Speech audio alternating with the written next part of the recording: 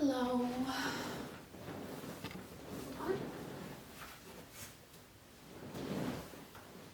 I have a lot of things to say, so I wrote it down. This is going to be another Tetris reading where I give you Tetris pieces that you can... Oh wait, I have some here. Okay, I'm gonna give you this piece and... I want you to take this one. This piece and this piece. So Tetris pieces are here for you to integrate them or consider them in your structure of being, in your reality, in your current situation, in your life, in your experience of living, and see how they fit into your story and your way of navigating the world and your life, and if they help you orient yourself or not. If they do, then great, and if they don't, then you leave them and somebody else will play with them. I'm gonna do my best to deliver this message to you to the best of my capacity, considering the capacity of my physical body and my lung capacity currently. When life becomes heavy, like really heavy, then breathing becomes also a little bit challenging for me. Which tells me that also you may also go through something that makes you feel like you're swimming in the sea and you're really putting your best effort into trying to keep your head above the water. If so, you're not alone.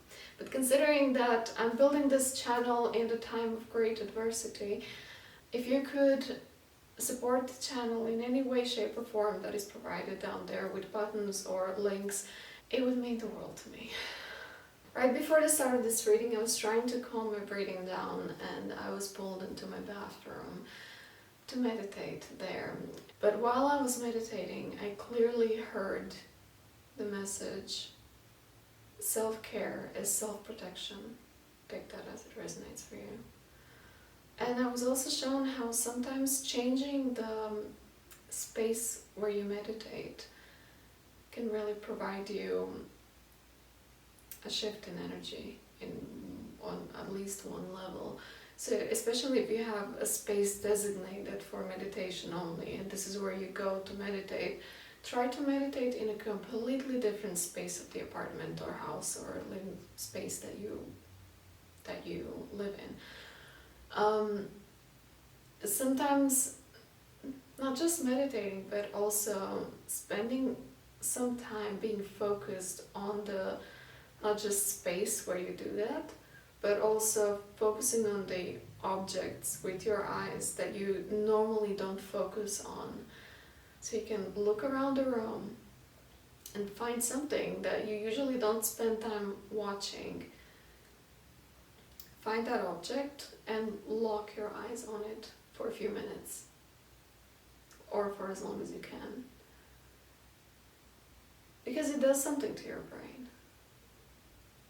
Furthermore, you can look around the room and find a red object and find a blue object and see in what type of proximity are they, how far away from each other are they, or is there even an object that is both red and blue, and if there is something around you, let me know what is it. I've said previously on the channel, but I'm going to repeat again. I'm not here to teach you manifestation, but the vision that was coming through is really tied to the process of manifestation. So for this one, I'm speaking to people who either are in the process of manifesting or have been in this field of interest for quite some time in the past, where you learned how to focus, you learn how to change your limiting beliefs, you learn how to create your mindset to be in congruence with what is it that you want. So if you already went through all of that, then I'm talking to you. And especially I'm also talking to people who are in the modality of persisting rather than surrendering. The vision that I was having applies to people who are in the process of persisting or maybe needing to persist. I live in this building for 500 years now. And it was only in the last few days that I started noticing from a balcony that there are these vehicles that come and pick up the cars that are inappropriately parked on a parking lot. In Croatia we call them spiders, because they have this spider-like legs and they appear quite scary, and they make the whole show out of kidnapping of the cars. But here in Germany they're a little bit more smooth. They just kind of come and they kidnap your car very smoothly and quietly. You don't even know, you just notice that there's something yellow outside on the street. That was also being very well correlated to what's happening internally in terms of where do you park your car. Speaking of, where do you park yourself in your internal state of being? It tells me that you can't really park there anymore. Either in a place where you can't park, it's not allowed to park there, or you park there but you don't pay a ticket for it. What it really means in terms of internal state of being is that I'm seeing somebody who goes from point A to point B. Point A is where you are, point B is where you want to go. You find it on the map, you decide you're going there, and then you go on the path, and somewhere along the way you get all the red lights, you get all the rabbits crossing your way, all hell breaks loose in one way or another. Your car breaks down, you have no gas, you have no ways of fixing the car. And then it happens before you reach the destination that you give up on reaching the destination and you just park your car somewhere else. And somewhere else sounds like, yeah, this is it. I never reached my destination. Every time I tried, I failed. I can't do it because my car is sold. I can't do it because of this and that. My parents never reached the destination. All my friends never reached the destination. We all park here. That's just what we do. And that's the only thing there is. You may even believe that there is no such thing as a destination. And then what happens is a spider comes and takes your car. You may even think like, oh, I'm just gonna park here, nobody's gonna notice, because why would anybody notice? Because you never reached the destination, so why bother? But somebody does notice, and that somebody is you. So the part of you that already went through the whole manifestation process, through the whole coaching of how to align your mind, how to clear up your energy, how to align your thoughts and your actions, and how to, basically the part of you that already has all the tools and skills and techniques on how to orient yourself and how to navigate your living existence, speaks through you, either through your own way of being, your own inner conversation and the way you organize yourself, or it externalizes itself and then it speaks to you through another you in another body. That could be me in this moment, or it could be somebody else that might really remind you that the challenge that you experience on the path from A to B is there for you to transcend it, to get over it, to find a way to go through. And that challenge wasn't there to stop you, and it wasn't there to reroute you into a space where you were not supposed to park, because you agreed before you even started that you're gonna be on the destination B, not somewhere aside. This parking in the wrong space might also indicate, where do you base yourself? Where is your comfort zone? Where do you go by default? That might not be in congruence with where you want to go and who you want to be and what you want to achieve. And since this has been happening over the last few days, and I also noticed how it corresponds to the internal being, it tells me that you can't park just anywhere anymore. That might have been possible in the past, but now what used to be comfortable, and that is to just park yourself somewhere and don't pay a ticket because nobody cares anyway, that doesn't work anymore. Simply because you worked on yourself to the point where you have to keep moving. Continuously in that, I was in a dream scenario where I was in a school class and I was learning English. And there was a teacher whose job was, of course, to teach people English. But there was a group of students that were very dismissive, disrespectful, and completely unwilling to participate in the class. They didn't listen to the teacher. She spoke to them, they didn't listen. She tried to engage them actively, physically, by giving them some objects, and they just threw those objects on the floor. And the teacher got very discouraged in continuing the class.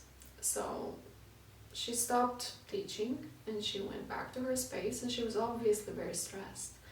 Me and another student, we noticed what's happening, and we have approached the teacher and we asked her if she's okay. And she wasn't. The teacher said that she feels threatened because people don't want to listen to her. And she was very shaky almost, and she was about to cry.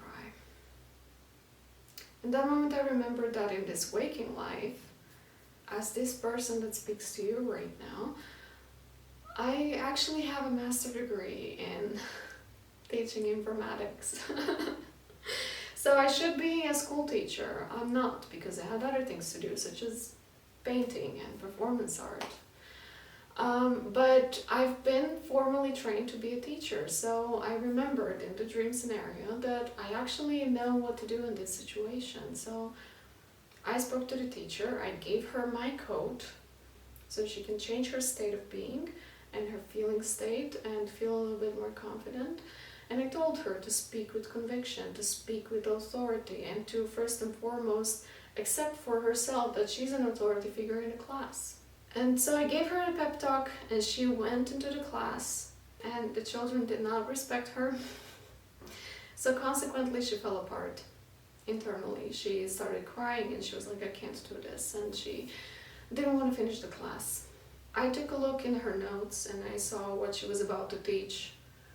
And I realized that it's really not a problem for me to continue the class, and it's really not a problem for me to handle the situation. So I told her, don't worry, I got you covered. I'm gonna finish the class. But then I noticed in that moment, and I realized that although I really wanted to help, and I really was able and skilled and equipped to help, it wasn't up to me for providing that help. Because in this dream scenario, I was a student. I wasn't trained, paid, hired, employed, and meant to teach a class English. That was totally not my job. That was the job of the teacher, of the professor. And even though I felt like I really just wanted to help, if I would have helped her, I would take away from her the opportunity that was initially hers to step into her power. So my helping to her wouldn't be so helpful in the big picture, because it was up to her to claim her power and to come into the strength of doing her work, which then pointed out to me how we humans sometimes, when life gets so challenging that we can't breathe, we are calling angels and spirits and God and interdimensional and extraterrestrial help. We call for somebody else to come and help us, to come and save us. Sometimes we call even humans. But even if, whoever you're calling, your humans or your ancestors or spirit or God or aliens, you know, sometimes when you need help, of course you have to ask for help, and you will get it only if you ask. Sometimes they'll help you, but sometimes they don't. And you might feel ignored. And you might be in that state of being where you feel like there is no help. But it's not that there is no help. It's that whoever you called to help you, they're not meant to help you. As I'm saying this now, I'm just like literally having the flashbacks of people that I called for help and they just didn't help. And I was like, why don't they help me? But now retrospectively, I realized that they were really not meant to, because I needed to help myself. Because sometimes it's really you. Nobody else can live your life, and nobody else can embody yourself for you except you. It's your job. And if you feel like they're ignoring you, sometimes they don't, especially other dimensional beings. They don't ignore you. Most of the time they really are here for you, and they really do help you, but they help you in ways that they point out to you how you can help yourself. And the key component, and sometimes the missing piece, is you being willing to help yourself by changing the way you operate, by strengthening your inner core being, or how you think and how you manage your emotions and how you relate to the world.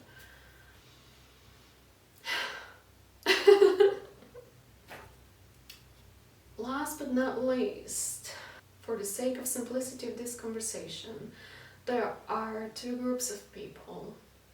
One group of people is people who live for the earthly pleasures, and the other group of people is people who live for the benefit of the soul. I'm talking to people who live for the benefit of the soul. No matter what is going on in your life right now, even if life is so difficult that you can't breathe, even if life gets so difficult that you might as well take yourself to the hospital to check your breathing after you receive that letter, or after you receive that message, or after this happens to you and you're like, fuck. No matter what happens, it doesn't matter what happened. It doesn't matter what happened now, it doesn't matter what happened in your childhood, it doesn't matter what happened to your parents, it doesn't matter what they say, it doesn't matter how it looks, it doesn't matter what everybody else think and look and where everybody else are, it doesn't matter what you've done, nothing really matters. What really matters is the quality of relationship that you build with yourself in the process of everything that happened, everything that actually materialized itself, everything that mattered. The only thing that really matters on the soul level is, how do you speak to yourself? How do you treat yourself while you're going through this? What do you allow yourself? Do you have understanding for yourself? Do you have empathy and compassion for yourself?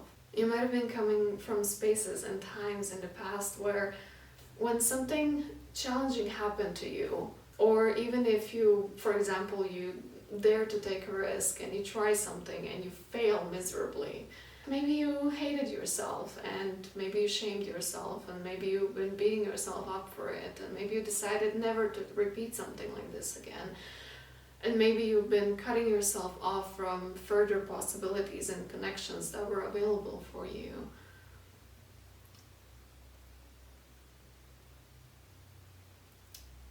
What really matters is that,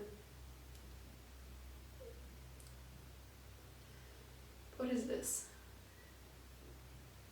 Transformation of the relationship that you have with yourself that came from these dark times when you would turn your back on yourself, just like the world would have turned back on you, and come to the space where you have understanding for yourself. You allow yourself to go through whatever you're going through without necessarily building an identity narrative out of it, especially if it's something negative. You allow yourself to feel, you allow yourself to be present with what's going on, or you allow yourself to believe in yourself. You allow yourself to try again. You allow yourself to play and to relax and to maybe not take things so seriously. You allow yourself to express yourself. You allow yourself to exist. You allow yourself to process things, and you allow yourself to take as much time as it needs to take so that you comfortably come to the point of you're doing the best that you can, and where you can really claim it for yourself and be honest with yourself and see that you have your back, and you allow yourself to be happy. That's what matters. Because on the soul level, the relationship that you have the relationship that you have with yourself is pretty much, and the skills and tools that you can implement for yourself in order to live with yourself, is the only thing that really stays with you after you completely transcend the physical reality. And while you are in the physical reality, that spills onto everything and everybody else around you as well. So how you treat everything and everybody around you is a direct reflection of how you treat yourself.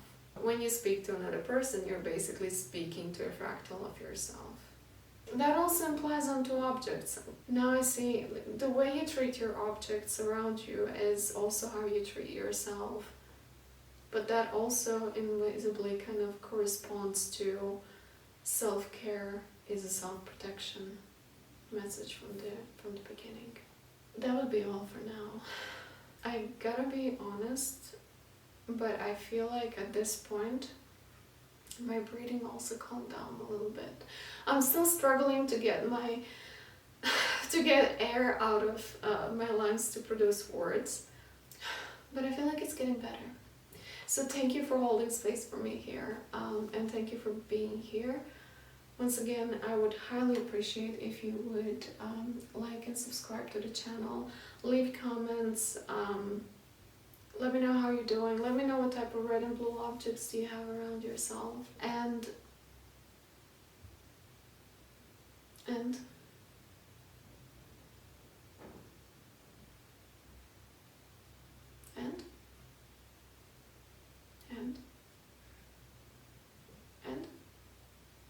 something is trying to say itself through me, but I don't think it's ready.